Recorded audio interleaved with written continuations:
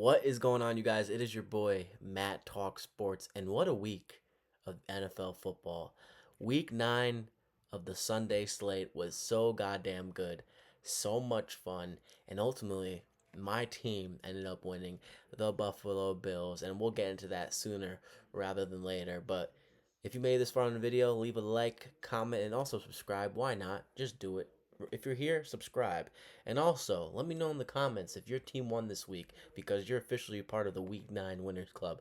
But anyway, Week 9 of the NFL slate ends tomorrow night with Cardinals versus the Cowboys. But most of the week's already wrapped up, and what a week it was, especially today. What a day Sunday was.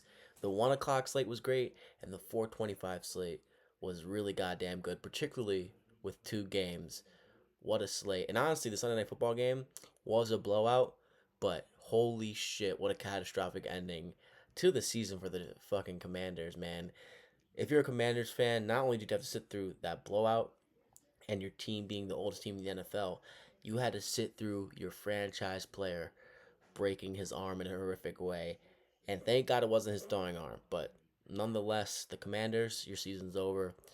Get ready for a top 10 pick, Commanders fans, as much as that might suck. But anyway, we move on. Week 9. And you know what? You see the hat. You even see the sweatshirt a little bit. I think I'm going to start with Bills versus Chiefs just to get out of the way and hear my thoughts from the biggest Bills fan you will come to know. And Bills win today 28-21.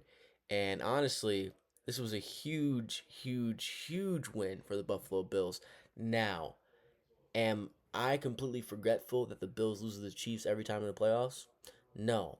Am I forgetful that Bills are 0-4 against the Chiefs in the playoffs? Absolutely not. I'd be an idiot not to mention that, and I'd be an idiot to forget that. But nonetheless, this was a big win. It was a big win. We aren't first in the AFC East, but still a huge win. The Bills show us something, and honestly, we'll get into it later, but the Bills win over the Panthers a little bit better this week. I tell you that much, especially how we won. I know Andy Dalton was at quarterback, but I'm going to get the bad from this game out of the way because there's only one bad thing from this game. Michael Hoyt getting injured and out for the year with a torn Achilles. That man had, what, 2.5 sacks in less than 8 quarters played with the Buffalo Bills. He was tremendous every time he took a snap on the defensive end, and he tore his Achilles. It's really sad to see, but luckily, the defensive line is our most in-depth position. We can still build upon it on the trade deadline, but I like our rotation there still, especially without Bosa's playing. Gregory Russo, AJ Epinesa, and then you got our defensive tackles. The rotation without Ed Oliver is still good enough to get us by. And I really like the pressure that we saw without Hoyt when he went down. Bosa still putting on pressure. Groot was really effective in his pressure. And AJ Epinesa continues to be a bright spot for this Buffalo Bills defense. But anyway, let's get into what I loved about this game because there's a lot to love. First of all, Patrick Mahomes had his lowest completion percentage of his career today. This defense for the Buffalo Bills played unreal. Pat Mahomes didn't throw a passing touchdown today. He didn't. That's the first time ever, I think, against the Buffalo Bills. Pretty remarkable. Pretty goddamn remarkable. And guess what? Pat Mahomes was scrambling a lot today. He didn't feel as slippery as he's felt in the past playing him, and how frustrating that can be. We shut down Xavier Worthy today, a non-factor. I mean, we really did a great job on all fronts today. Really, really special work. Rashee Rice had 4 for 80. The big catch was the 4th and 17, which is the worst defensive play of the game by the Buffalo Bills. Hollywood Brown 2 for 73 with the 73 yards being from one catch before the end of the first half, which ended up in just 3 points, which was a miracle and great defensive stand by the Buffalo Bills. Kelsey 4 for 66, Xavier Worthy 3 for 23. Then everyone after that had one catch or no catches, but they still had targets. So this Bills defense was impressive, and guess who had their first career NFL interception in his second game with limited snaps? Mad Max, Maxwell Harrison. This dude was going bar for bar with Xavier Worthy today, lockstep.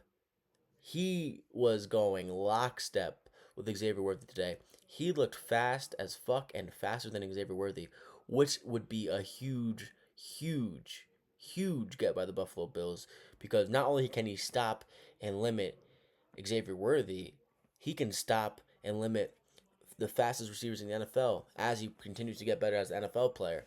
So that was great to see. And then the MVP of the game outside of Josh Allen, Cole Bishop. The best NFL career game he's ever had. 7 total tackles, 4 solo sacks, 4 pass deflections today. He should have had a pick, but he deflected the pass. So Cole Bishop was in on every play, it felt like. And at first I was surprised by it because how bad and underwhelming he's been. But over the course of this game, I wasn't surprised because that's how good he was playing. And hopefully this is a game where he finally, finally put himself on the map. And it felt like that watching it. He was that dominant and that good. And clearly, he plays off of Jordan Poirier quite well. So I am happy to see how well he played today. And he was the best defensive player outside of Bosa today. Bosa was great today, man. Outside of that one play where he got tricked badly, which was more telling of how well that play was by the Chiefs. I mean, Bosa was unreal today, man. I really like the depth at the defensive line, man, and that showed today. A lot of people combined for sacks today. Michael Hoyt, before he got injured, had a half sack. Benford had a sack. Bosa had a sack. Greg Rousseau had a half a sack. Like, these boys were getting to Mahomes today, and I was impressed. I was impressed with Maxwell Harrison. I was really impressed with this defense. Every time we play them, we're holding them to 20 points. That's the points per game they have against us in regular season. But when it comes to postseason, they average 34 points per game against us. So hopefully this is the year where we can transform the regular season performance to the postseason performance if we see them again this year, which I think we will see them in the playoffs again this year because that's a habitual thing now. But the defense impressed me today, and they seemingly are getting better every week, despite the injuries. Ed Oliver out for the season now until the playoffs, late playoffs, and Michael Hoyt out for the year. So, listen, despite the injuries, this defense is getting better, and the coaching has been way better on defense. Babbage and McDermott collaborating, calling plays together, has been working quite effectively, and I'm no longer stressed out watching this defense. Of course, there's some moments where I'm like, fuck, that 4th and 17, I'm like, damn, how do you let that up? But at the end of the day, it's Pat Mahomes, and he's going to do some magic every once in a while. But outside of a couple plays today, I wasn't stressed watching this defense. I was actually pretty confident watching them play, especially the play calling. So shout out to this defense for proving a lot of people wrong, and they haven't allowed that many points in the second half of the Atlanta Falcons game.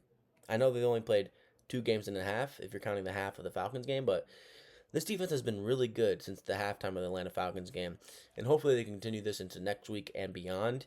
But I'm liking what I see from this defense. Now let's get into the offense. Well, Josh Allen launches himself back into the favorite for the MVP race. 23 for 26, 88.8% completion percentage, 273 yards passing, a passing touchdown. He had 2 rushing touchdowns. Josh Allen was perfect today. He was perfect. He did no wrong today. He was perfect. And you know who else was perfect? A guy I've been shitting on ever since week 1, after week 2, because the Jets game we dominated. Joe Brady. Joe Brady's game plan today was pretty much impeccable. He coached a brilliant game, and I can't ask for more from Joe Brady today. He really mixed it up quite well.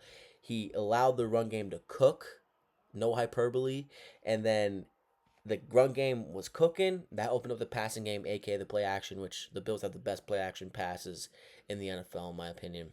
James Cook, 27 carries, 114 yards, 4.2 yards a carry. Ty Johnson with the touchdown. Josh Allen, 6 for 19. The running game, 35 carries, 141 yards, 3 touchdowns. James Cook should have had a touchdown, man. Josh Allen was just easy money at the 1 or half-inch yard line, so he has 2. But James Cook should have had a touchdown. He deserved to get a touchdown. Kincaid, that's our wide receiver number 1. The tight end group cooked today. Out of the 3 tight ends we have, Kincaid, 6 for 101 yards, 1 touchdown, average 16.8 yards a catch. Dawson Knox, 1 catch for 30 yards, and then Jackson Hall's 1 catch for 18 yards. The 3 tight ends were cooking today. Khalil Shakir got involved heavily, which I love, 7 for 43. And outside of that, everyone else had 1 catch or 2 catches. Keon Coleman continues to be a blank canvas out there. He is not going to make an impact, but he had 2 catches for 17 yards. So, listen, the receiving game isn't as neat and beautiful as you would see it, but everyone ate today. Everyone quite literally ate today, and Josh Allen looked absolutely unreal passing the ball. For the first time all season, he looked like he had confidence passing the ball down the field due to who was down there. The pass to Elijah Moore was a big play of the game. 1 catch for 28 yards for Elijah Moore today. Khalil Shakir, a lot of it was screens, but a lot of it was perfectly schemed screens, in my opinion. I love the screens. So the deep ball looked good today. The passes beyond 20 yards looked good today. And ultimately, the diversity in the play callings looked great. James Cook looked great. Josh Allen looked great. And honestly, outside of the 3 sacks, the offensive line looked great. The run blocking was pushing around the interior defensive line for the Chiefs. And the pass blocking looked relatively great, in my opinion. It held on for long enough. We have one of the best offensive lines in the league, and it showed today. And then we have two of the best offensive players in the league, if not the two best right now, Josh Allen and James Cook.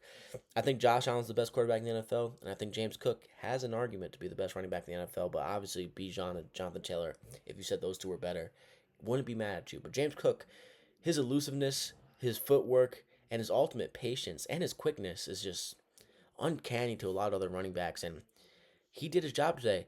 He had 100 yards rushing. I can't tell you the last time the Chiefs have let up a 100-yard rusher. I think it's been a really long time. They said something about it on the broadcast, but James Cook was cooking today. The defense looked great today. The coaching felt great today. A lot of people were upset at the timeouts. Honestly, a lot of that is due to people not being in the right spot and a lot of confusion by the players. So the timeouts had to be called, or else it would have resulted in a touchdown or a big gain. I'm not mad at that like others are, but if you're mad at that, kick rocks, to be quite honest. But the offense looked great today. The coaching felt great today. The defense looked really good today. And I'm really excited to see what Maxwell Harrison looks like down the line. That dude he's already better than Kaiir Elam through 2 games with limited snaps. Kaiir Elam felt like shit the moment he stepped on the field. Maxwell Harrison brings this feeling to that secondary that we haven't had maybe since prime Trey White, but I think Maxwell Harrison is faster. Trey White was a all-pro corner, so Maxwell Harrison, we don't know if he's at that level yet, but I like what I saw from Jordan Hancock in some plays. The safety, Poirier and Cole Bishop played really good today. I was impressed by them. So listen, we are injured on the D line, but luckily the depth is there, and it's an experienced D line where it shouldn't be that big of an issue. But losing Ed Oliver is huge. He's a defensive player that will change your defense for the better. And then Michael Hoyt seemingly was the same player through 2 games. So I will miss Michael Hoyt. It sucks to see him out for the season now because he brought a lot to this team through the 2 games. And you know what? We will prevail. We will be all right. And I'm not stressing about that injury as a lot of people are, but I get why you would be stressing because he brought a lot to his defense and seemingly changed quite a bit. He changed the attitude of that defensive line since the moment he started that Panthers game. So, how do I feel about this win? I'm happy. I'm excited the Bills won. But in the past regular season games that we played, I had this feeling that was ethereal, however you pronounce that word. And I was a lot more ecstatic and a lot more like, yeah, we're definitely winning the Super Bowl. We have it this year. And listen, I am very confident about this team despite this team stressing me out as of late. The Patriots loss and the Falcons loss. I do think those are 2 anomalies within the radar. Like, I think we will be the best team in the NFL as the season continues to unfold. And listen, next week is a trap game. Miami almost beat us in the first game we played against them last year. But if this team is as good as it's looked the past 2 weeks, we should go into Miami and handle business. 1, because that's our little brother, and 2, because we have our head on our shoulder and we have our head on the swivel because it's any given Sunday. So I really hope for the best outcome when it comes to that game, and I think we will win that game. But when it pertains to this game proving anything, all this game proved was that the Bills are still the Bills this year, and we're still one of the best teams in the NFL. And I think that would have been the case even if we lost, but we won. And we won in a pretty convincing way that we haven't won against the Chiefs before, which Pat Mahomes was struggling. He felt the pressure, therefore he completed 44% of his passes. So yes, I'm not ridiculously ecstatic, and I'm not ridiculously overreacting to this win, but I am confident in this team. Like, how can you not? And how can I not be impressed with what I saw from players that I've been doubting, like Cole Bishop? So, all in all, I'm happy with this win. I'm not ready to say that we are fully back, but it feels like we are just about to be fully back and ready to fucking roll everyone in our path until the playoffs. And if we see the Chiefs again, God, can we do this in the playoffs? Like, I know it's harder, but it really felt like we were playing the same old Chiefs, though. This didn't feel like the Chiefs just taking a step back because it's regular season. They don't really need this win. Like, they needed this win. The Chiefs are 5-4. They need every win they can get moving forward, and they were trying their ass off, but the Bills were just a flat out better team, and Josh Allen was the flat out better quarterback tonight. So, and after this win, The number one seed is fully in play, especially with other results we saw today. Let's go Bills. I am happy. I am happy and impressed with everything I saw today from each side of the coin, offense, defense, and coaching. So go Bills. The Bills moved to 6-2. The Chiefs moved to 5-4, and I am happy about this win, but it's business as usual, and we keep it pushing. The regular season, we're 5-0 against the Chiefs recently. We gotta get a win in the playoffs against them if we see them this year. So moving on, what a slate today was, man. NFL was great today. A lot of interesting results, and honestly, a lot of close games, particularly in the 1 o'clock slate. Not many blowouts. A lot of big upsets, man. I don't even know where to start here. I guess we start with the shocker of the day, one of many. The Carolina Panthers going to Green Bay, Wisconsin, and the Packers are wearing their retro uniforms. The Packers lose to the Panthers. Panthers move to 5-4. Packers fall to 5-2-1. And Jordan Love was horrible today. He should have had 2 picks. There's this pass where he's rolling out to the left and he's throwing the ball across his body. And I'm watching it. I'm like, oh my God, maybe someone's down there. And the camera pans to the end zone. It's just a Carolina Panther who's on defense and looks like he's running a route for Jordan Love. And somehow he dropped it. I forget which Carolina Panther that was, but that was one of the worst throws I've ever seen in my life. He was throwing it to nobody. Jordan Love was horrible, man. And I can't tell you what's wrong with this Packers team. They relatively have everything you would want from an upper echelon team. Great defensive line, great coaching, great skills players. Maybe not great skill players, but competent enough skills players. Josh Jacobs, Romeo Doubs, Christian Watson, and a couple others. Matthew Golden continues to not make an impact. And also, this loss comes with a huge tragedy, which is Tucker Kraft tore his ACL out for the year. Tucker Kraft has been one of the best tight ends in the NFL. He has been terrific, and it doesn't look good. It looks like he tore his ACL. So not only did you lose to the Panthers at home, a team that everyone was calling trash after the Bills blew them out last week, is suddenly a good team or good enough to beat the Packers, or the Packers are just sleepwalking so much in this game that they weren't able to get a dub. And it's not like the Panthers defense was good today, but the Packers offense was worse. Just evidently so. Jordan Love only took 1 sack. He did throw a pick, and there was a fumble loss by Savion Williams, but that's really about it. This was one of the most disappointing games of the NFL season for any team, especially with a team with as much stuff talked about it for Super Bowl aspirations like the Packers. There was only 1 sack by the Packers defense today. And it wasn't by the defensive line. It was by Xavier McKinney. I thought the Packers D-line was going to dominate this game, especially with what I saw from the Panthers O-line last week against the banged-up defensive line of the Buffalo Bills. That wasn't the case. Bryce Young, besides that one bad pick he threw today, he was relatively good, a game manager, and ultimately did what he needed to do to win. Bryce Young, 11 of 20, 102 yards, only took 1 sack. He wasn't good. He wasn't terrible. He was good enough to win this game, though. Dowdle continues to be unreal. 25 carries, 130 yards, 2 touchdowns, and he should have been starter even when Chuba Hubbard came back, but I understand why Canales didn't want to do that right away, but don't give Chuba the reins again because Dowdle has been the way better running back, especially when both of them are playing. The offense did nothing special today. If they really did nothing special today, it was just the Packers playing so bad that it was remarkable to watch. And they've kind of been that way the entirety of this year, unimpressive and not fitting the bill. And they did it here in an extraordinary fashion.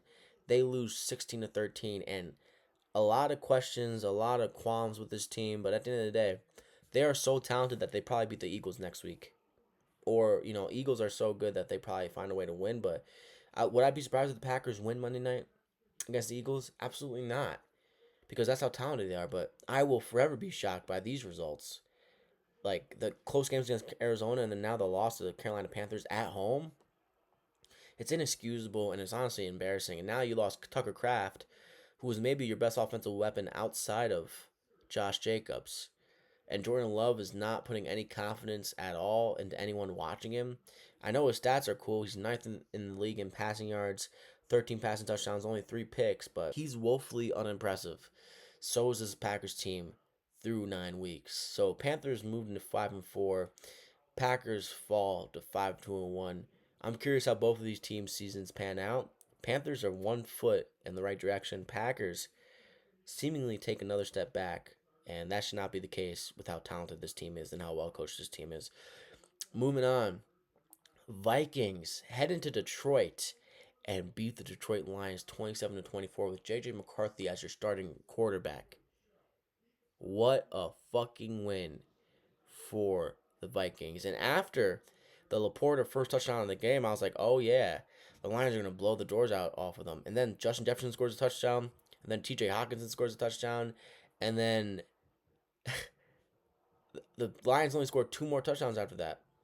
It was really something to watch how stagnant this offense for the Lions was and how great this Vikings defense played. I mean, they got enough stops. They forced that big fumble on David Montgomery that put them in a great position to score. I mean, it really was something watching this game because I did not believe the Vikings were going to win this game with JJ McCarthy. Like, JJ McCarthy wasn't great, but he was good, and goddamn it does he have some balls, and goddamn is he a gamer. 2 to 3 games he's played, he's gone to a division opponent on the road and won. Whether he was great in those games or not, he found a way to win those games and be as game as ever. JJ McCarthy, 14-25, 143 yards passing, 2 touchdowns and a pick. Aaron Jones makes his return, 9 for 78 rushing. Jordan Mason, 10 for 36. JJ McCarthy ran it in, so he had 3 touchdowns today. Jordan Aston, 2 for 48. Justin Jefferson, 6 for 47. And man, it was really, really something from this Vikings defense. They showed up 5 sacks. 5 sacks. The Lions defense is just banged up, and so is the offensive line. The offensive line is just not as great as you would have assumed heading into this year. It's becoming a problem, and the injuries for the Lions every year as of late has not been great to watch. And the Lions defense did have 5 sacks today, but the injuries are piling up as well as on the other side of the football on the offensive line. So listen, I still believe in the Lions. I think this is an in-division loss, and you will probably get over it, and you still have a chance to win the NFC North, especially with the Packers being there. And I know they have the head-to-head win over the Lions, but the Packers still probably win that division, but the Lions are still one of the best teams in the NFL. I just think today was probably a very big eye-opener in a couple of facets where our injuries are piling up, where if it continues, we won't be able to overcome it. And the other is just like we slept on JJ McCarthy and the Vikings today. And it bit you in the ass, and they came into Detroit and beat you, put belt to ass. So listen, the Vikings moved to 4-4. The Detroit Lions fall to 5-3, and I don't know. The Vikings are a feisty, scrappy team, and they're well coached. O'Connell, Flores, they're well coached at the end of the day. At the end of the day, they want to win, especially the young rook at quarterback. First start, all this noise about is he really injured or is he just that bad in practice? No, he wasn't that bad in practice, and actually he proved that to us today. So the Lions fall to 5-3, Vikings move to 4-4, and I'm not giving up on the Lions, and I'm keeping my eye out for the Vikings. So moving on, I guess we get to another one that was pretty surprising today. The Steelers. I should have known this was gonna happen. I was a week too early. I did this with the Packers, and I should have done it with this game. Colts lose to the Steelers in Pittsburgh. Colts fall to 7-2. Pittsburgh moves to 5-3. Wow. This was just embarrassing by the Colts. The Steelers forced 6 turnovers. I'll repeat that. 6. By the way, Peyton Wilson. I loved him at NC State. Wished he was a Buffalo Bill. He was unreal today. 14 tackles, 10 solo, and it felt like he forced like 2 different turnovers. He was unreal today, Peyton Wilson. I love what I saw from Peyton Wilson today. He was awesome. He had a pick. He had like a tipped pass that turned into a pick for Jack Sawyer. Joey Porter had a pick. And then ultimately, the offense did what it needed to do for the Steelers to win the game. But ultimately, this was the Pittsburgh Steelers' defensive reawakening. Or should I say Daniel Jones coming back down to earth. Daniel Jones was horrible today. He shows you why there was such a standard set out for Daniel Jones, even with the success. And the Colts proved to you why you didn't believe in them. Watching them, you're like, oh yeah, they're winning. They're 7-1, but I don't believe in them. Despite them having good intangibles with good coaching, one of the best, if not the best running back, and one of the best O lines. Daniel Jones was bad today. 1 touchdown, 3 picks. He also had 2 fumbles. He should have had 3 lost, but he had 2 fumbles. The O-line was going through it today for the Colts, and that was shocking to me, the most part for this game. Everyone was eating. Joey Porter had a sack. Benton had a sack. Highsmith had two. TJ Watt had a sack and a strip fumble. I mean, they were eating today, man. They were eating. And I was shocked that the O line was getting moved around like that.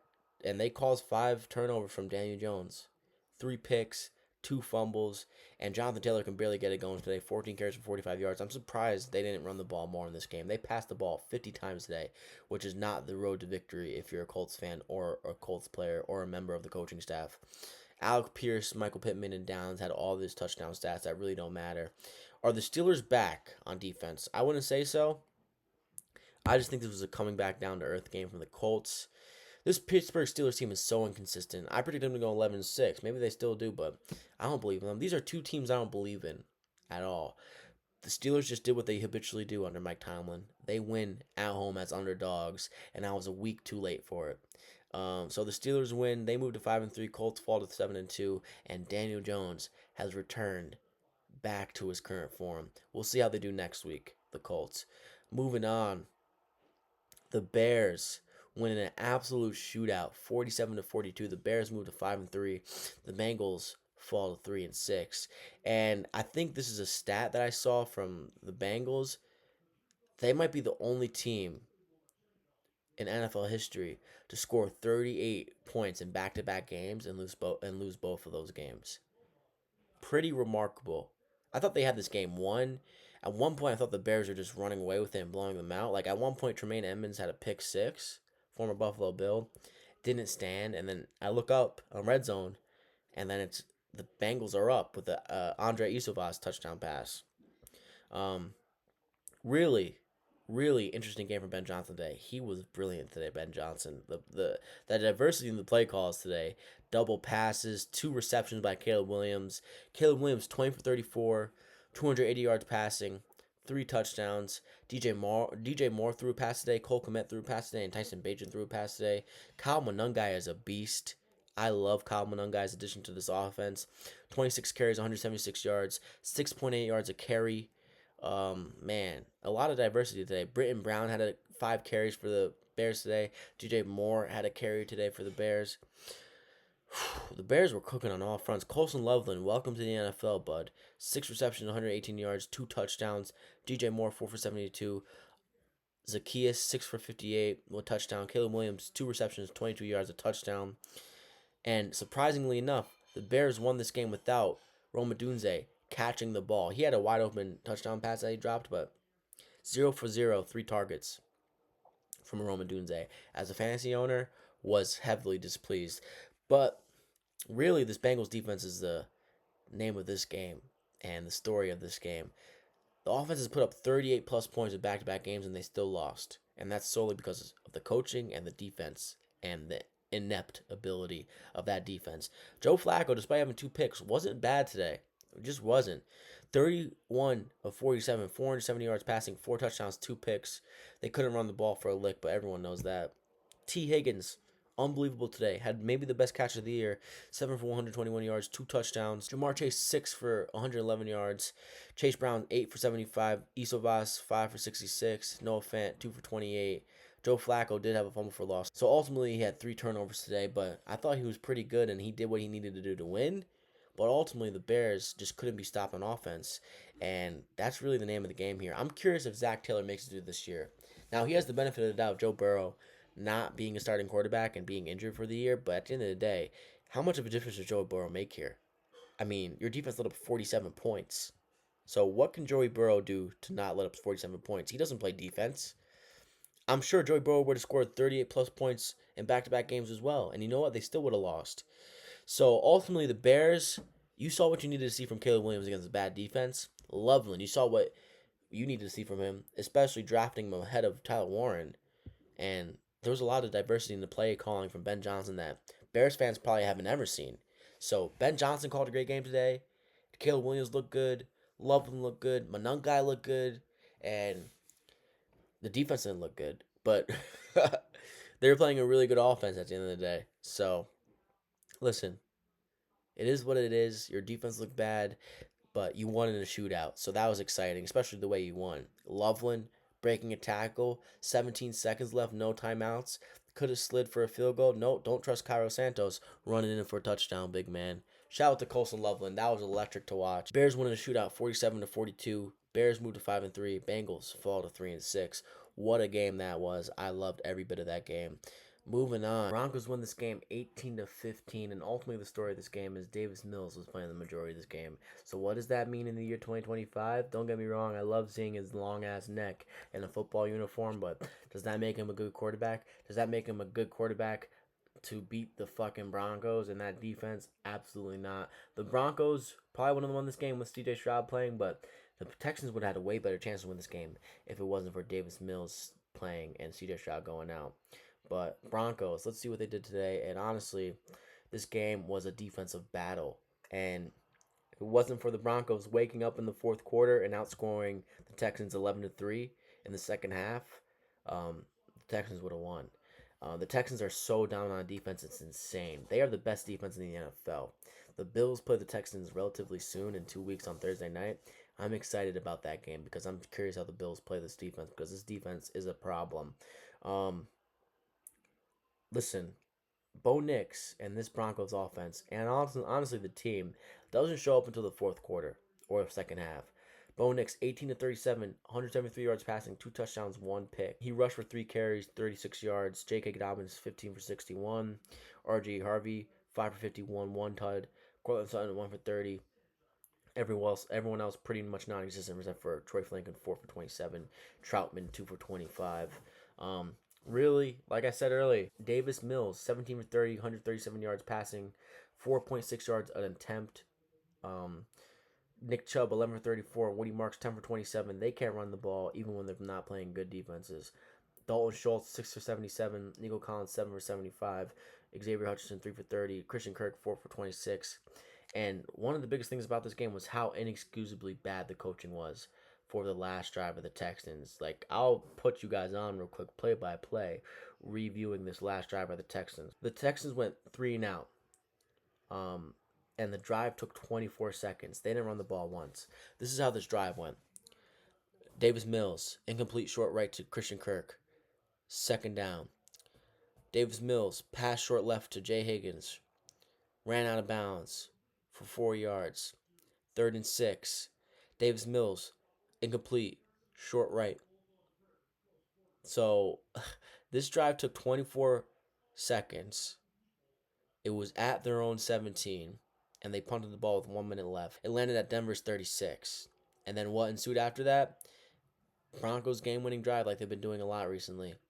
3-yard pass from Bo Nix, 25-yard run from Bo Nix, 9-yard run from J.K. Dobbins, 2-yard run from J.K. Dobbins. Bo Nix, 9-yard carry, leading them into field goal position. So inexcusable coaching and play calling on the last Texans drive. The horrible QB play from Davis Mills, C.J. Stroud going down. The Broncos showing up in the second half in the fourth quarter is what won this game for the Broncos and what lost this game for the Texans. C.J. Stroud going out and the inexcusable coaching from the Texans lost them this game. So the Broncos move to 7-2. The Texans fall to 3-5. Defensive battle. Broncos win it 18-15. Moving on. Chargers beat the Tennessee Titans, which started off very weird and very close. The first touchdown of the game, Cody Barton of the Tennessee Titans, middle linebacker, 24-yard pick six. After that, it was close. It was 17-14 at one point, 17-17, and ultimately the Titans just tightened. You know, this is just not a good team. They are 1-8 for a reason. Chargers, Joe Alt goes down today. I think he has a high ankle sprain again. So the Chargers, man, despite winning today, probably doesn't feel like a win, especially with how close it was, and especially with a guy you are amazing with, and is one of the best tackles in the NFL, goes down again with a high ankle sprain. So Justin Herbert, 19-29, 250 yards passing, 2 touchdowns, 1 pick, which was a pick 6. He was good outside of the pick 6, but who isn't good against the Titans? Herbert led the team in rushing, 9 for 57, 1 touchdown. Vidal and Patterson were pretty non-existent. Oronde Gadsden continues to be a great pickup for the Chargers team. Lab McConkey, Quentin Johnson did their thing. Keenan Allen had a pretty big catch. But ultimately, this is the story of the game. The Titans are just bad. They're just bad. Outside of a pick 6 and a Dimitri DK, punt return, this game wouldn't have been close. Cam Ward, 12-21, 145 yards passing, no touchdowns, no picks. He should have had a fumble. He should have had two fumbles for loss, but luckily those two fumbles by Cam Ward got recovered by Pollard and Latham. So really, this offense for the Titans is abysmal. The Titans' defense isn't bad. I'm curious if the Titans are going to get rid of Tony Pollard because he's too good to be on this team. But yeah, this is going to be poverty for a while for the Titans, and coaching with Callahan was bad, and it's pretty bad with this interim head coach. So the Titans, they fall to 1-8. Chargers move to 6-3, but seemingly lose Joe Alt for who knows how long, which is a big loss. Moving on, the Falcons fall to 3-5. Patriots move to 7-2. They remain number one in the AFC East. The Falcons lose 23-24 in Foxborough, and Drake London, what a game by him, but ultimately a missed PAT by Romo Parker and a intentional grounding by Michael Penix cost the Falcons this game. Drake London with one of the best wide receiver performances of the year. 9 receptions, 3 touchdowns, 118 yards, and he was one of the 4 players that Michael Penix was able to complete a pass to today. Bijan 8 for 50, Kyle Pitts 4 for 38, Darnell Mooney 1 for 15. Bijan having a hard time running the ball recently. 12 for 46, 3.8 yards a carry. Michael Penix 22 for 37, 3 touchdowns, 221 yards passing. He was all right today. Outside of the intentional grounding that ruined his performance, he was pretty good. The Patriots got lucky here. They got lucky. Drake May had a bad pick today, but ultimately 19-29, 259 yards passing, 2 touchdowns. He continues to be good. Travion Henderson, 14 carries for 55 yards, no touchdowns. But Terrell Jennings, from Alabama A&M, Florida A&M, my fault. 11 carries for 35 yards, 1 touchdown. Demario Douglas, Pop Douglas, 100 yards today, 1 touchdown. Hunter Henry, 4 for 51. Stephon Diggs, 3 for 38, 1 touchdown. They did what they needed to win today, but ultimately I think the Falcons lost this game more than the Patriots won it. Drake May fumbled the ball twice today, lost it once, and he threw a pick. And I think the Falcons were the better team, but inept ability when it came to penalties and when it came to missing a PAT is what cost the Falcons this game. If Parker Romo makes that PAT, who knows? Falcons probably win this game in overtime. Or if Michael Penix doesn't do that stupid intentional grounding, they're in a better position to win this game. So listen, I gotta give the Patriots their props. They're 7-2, but I'm not really fearing them. I know they beat the Bills earlier this year. I think that loss is more on the Bills than the Patriots winning, despite the Patriots giving a great performance, particularly Drake May. But to say I'm scared of the Patriots would just be a lie. So the Patriots, they move to 7-2. They win this game 24-23. Falcons fall to 3-5. Falcons, big game next week against the Colts in Berlin. We'll see how that plays out. Moving on, the 49ers move to 6-3. They win 34-24 in MetLife. Giants fall to 2-7. The injury bug for the 49ers is just flat out ridiculous, man. Their first round draft pick on defense goes down today, man, and that is heartbreaking. Mikael Williams, first round draft pick. That is just heartbreaking, dude. They are so banged up on defense, is insane. The only great player they have left on this defense, seemingly, is Malik Mustafa. And listen, this team is going to start falling apart soon. Today wasn't the day, though. Mac Jones, one of the best game managers in the NFL, when called upon against not great teams. 19-24, 235 yards passing, 2 touchdowns. Great game for Mac Jones today. He looked good today. Christian McCaffrey, he was back. You know, he wasn't good last week because of how great the Texans defense was, but McCaffrey, 28 for 106 yards, only 3.8 yards a carry, but 1 touchdown. Brian Robinson looked really good today, kick returning and running the ball. 5 for 53, 1 touchdown. McCaffrey, 5 for 67, 1 touchdown receiving. Juwan Jennings, 4 for 41. Kendrick Bourne, 2 for 34. Kittle, 4 for 32. And a couple other bandits in this. But ultimately, the Giants are just banged up, and that offense is just not good enough despite Jackson Dart's heroic efforts. Jackson Dart, 24 for 33, 191 yards passing, 2 touchdowns. Jackson Dart rushing, 8 for 56, 1 touchdown. Devin Singletary wasn't bad today. 8 for 43, 5.4 yards a carry. Tyrone Tracy, 5 for 18, really was non-existent. Jackson Dart threw a touchdown to Theo Johnson and Gunnar Olszewski. So, this is the receivers that Jackson Dart is throwing to through week 9. Darius Slayton, Wan'Dale Robinson, Theo Johnson, Gunnar, Tyrone Tracy Jr., Devin Singletary, and Ray McLeod. Not great. Brian Burns continues to be great though. Probably should be defensive player of the year, but he's playing for the Giants. He has the most sacks in the NFL, so he might still win it. But anyway, the Giants are banged up on offense. This is the problem for them this year. Malik Neighbors banged up, and Cam Scadaboo out for the year as well. So Giants playing for a high draft pick now. Moving on. I think I talked about the entire 1 o'clock slate. Um, Panthers, everybody. I talked about everyone in the 1 o'clock slate. The 1 o'clock slate was great today. I really enjoyed it. It was banger after banger after banger, close game after close game after close game. The only blowout today really was in the 4 o'clock slate and the Sunday night game. So let's talk about the blowouts first, or just the one blowout in the 425 slate. The Rams beat the crap out of the Saints in LA. Stafford, one of the best football players in the NFL still at his ripe age. Man, 24 for 32, 281 yards passing, 4 TDs. Kyren Williams, 25 for 114 yards, 1 touchdown. Puka Nacua continues to be so goddamn good, but can't stay fully healthy. Puka, 7 for 95, 1 touchdown. Devontae Adams, touchdown machine, 5 for 60, 2 touchdowns. Higbee with the touchdown. The Saints just are bad. That's the story of this game, and the Rams are just good, especially offensively. And they have one of the most underrated defenses in the league. So when you have Tyler Shuck at quarterback, he wasn't bad today. 15 to 24, 176 yards passing, 1 touchdown and a pick. Tyson Hill was the leading rusher for the Saints today. Alvin Kamara, man, just get traded, bro. What are you doing? I don't know if you even still have it, but Alvin Kamara, man, that's been a little depressing for you this year. But the Saints are the Saints, so I'm not fully blaming you. Olave and Shaheed, please get out of here. This team has to be selling hard by Tuesday, right? The trade deadline's Tuesday, in case anyone didn't know, but Shaheed and Olave should not be there after Tuesday. The Saints are just bad, man. Kamara with a fumble for loss, a pick by Shuck. I will say this.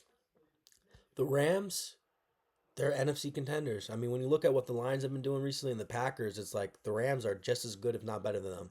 The Eagles have their number, but the Rams can make a difference in the playoffs. Like, who knows? Same with the Bucks. If they get healthy, I really prefer the Bucks and the Rams as the best teams in the NFC, in my opinion. And then I'll do Lions, Packers, and Eagles. But I really do think we see a fall off of the Eagles this year in the playoffs. So moving on, the Saints suck and the Rams are way better and one of the best teams in the NFL. That's why the score was the way it was. Maybe one of the surprises of the day, the Jacksonville Jaguars. Well, it's not the surprise. Maybe one of the best games of the day and probably the most surprising game of the day in terms of its entertainment value. The Jacksonville Jaguars beat the Las Vegas Raiders 30 to 29 in Las Vegas due to a missed 2-point attempt in overtime by the Raiders. And honestly, I respect the Raiders not playing for a tie and playing for the win. Honestly, this loss is better than a tie, in my opinion. I'd rather lose than tie. Trevor Lawrence, no passing touchdowns today, but he did it with his feet twice today. He had 2 rushing touchdowns. Trevor Lawrence, 23 for 34, 220 yards passing, and a pick. Only took 1 sack. The Jags continue to struggle throwing the ball, especially to Brian Thomas Jr. He only had 5 targets today and had 3 receptions, but I know he picked up an injury during the game. But Brian Thomas Jr., one of the biggest letdowns in a year 2 that I can remember. Really bad. Travis Etienne, 22 for 84, 9 for 29, and a touchdown. Parker Washington was the most consistent receiver for the Jaguars, and honestly, maybe the most consistent receiver for the Jaguars in the entirety of this year, especially with Travis Hunter going down with a possible torn ACL in practice, which hurts my soul. Listen, the Jags defense isn't a good defense, but they're an opportunistic one. They did get a pick today, and Geno Smith, having the best game of his year, still couldn't stop himself from throwing a pick. He had 4 touchdowns, 29 for 39, 284 yards passing, and a pick. Genty, 13 for 42, 3.2 yards a carry. They continued to struggle running the ball. Brock Bowers' return to being healthy and his return to actually playing an NFL game. 12 for 127 yards, 3 touchdowns, hat trick. Ashton Genty, 5 for 47, 1 touchdown. Trey Tucker, 3 for 38. And Jacoby Myers, 4 for 23. I assume he gets traded by Tuesday. The Raiders defense isn't good, despite Devin White actually being really good this year for the Raiders and seemingly revamping his career. But ultimately, they only got 1 turnover today, and that was due to Trevor Lawrence gifting them the ball in their own territory on the 1-yard line. So this was a shootout. This was a fun game. Cam Little hit a 68-yard field goal. If you had the under this game, you're probably sick to your stomach. It was 6-3 at half. It was 6-9 at the end of the third quarter. And then there's 1, 2, 3, 4, 5, 6 touchdowns since the start of the fourth quarter. So whoever on the under, god damn it, what did you do to deserve that? Because it was hitting, it was perfectly hitting until it wasn't. The touchdowns in that fourth and overtime were in abundance, to say the least. So the Jaguars, Travis Hunter's out for the year, and Brian Thomas Jr. looks like a shell of himself, and he's only in year 2. So they moved to 5-3, but it's a discouraging 5-3 because you just fought life and death with the Las Vegas Raiders. So moving on, the last game of the Sunday slate, the Seahawks moved to 6-2. The Commanders fall to 3-6 in a loss, 14-38 in Washington. Seattle comes into Washington and beats the shit out of them. And Seattle continues to be one of the best road teams in the NFL. And now the Washington Commanders are officially in top 5 pick category in the NFL draft. Jaden Daniels. There wasn't much to talk about with this game. It was just pure dominance. The Commanders are the oldest team in the NFL, and their defense is bad. Sam Darnold was having a day. At one point, he was 16 of 16. He finished the game 21 of 24, 330 yards passing, 4 touchdowns, 1 pick. He was perfect today. Kenny Walker, 11 for 42. Charbonnet, 8 for 25. Jackson Smith-Njigba continues to be one of, if not the best wide receiver in the NFL through week 9. 8 for 129 yards. Cody White, 1 for 60. Torrey Horton, 4 for 48. 2 tuds. Oh, man. Elijah Araujo, 2 for 29, 1 tud. A.J. Barner had a QB sneak for a touchdown. This was just pure dominance. It really was over by halftime, to say. Even Chris Collinsworth and Mike Tirico knew it. It was 31-7.5. Man, the Commanders were getting absolutely kicked in the mouth, and it looked like a team who is the oldest team in the NFL. I mean, they just had a hard time in every facet of the game. And the most depressing thing about this game, Jaden Daniels is in 38-7. He's in scoring territory. He's running, scrambling. What happens? He breaks and snaps his arm. It goes behind his back, and he's out for the year. It wasn't his throwing arm, so it's not like a game-changing injury. But man, the injuries this poor guy is building up for the second year of his career. That was my biggest concern with Jaden Daniels heading into his NFL career. I loved his intangibles. I love his ability to improvise. I loved his ability to throw the ball. I loved his ability to run the ball. He has these intangibles that you want from a quarterback in the year 2025 and moving forward. But the harm he puts himself into and the egregious and unnecessary hits that he takes is not sustainable, and it's proving to be so. I hope he's just not another RG3, because RG3 was one of the best quarterbacks I watched for his rookie season, and then he just got beat up and abused, and he found himself out of the league and just being a backup not short after the magical rookie season. Really depressing times in Washington.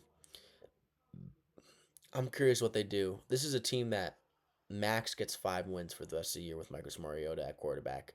This is a bad team, an old team, and they looked old as shit today. Traylon Burks was getting routes up with the Commanders today. Deebo Samuel looked old today, despite being really good this year for the most part.